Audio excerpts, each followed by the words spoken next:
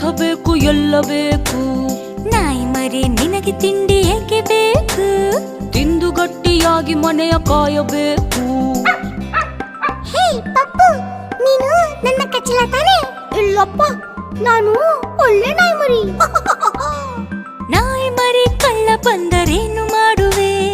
ಲೊಳ್ಳೊಳ್ ಬೌ ಎಂದು ಕೂಗಿ ಹೇಳುವೆ. ಜಾಣ ಮರಿ ನಾನು ಹೋಗಿ ತಿಂಡಿ ತರುವೆನು. ನಾನು ನಿನ್ನ ಮನೆಯನ್ನು ಕಾಯುತ್ತಿರುವೆನು.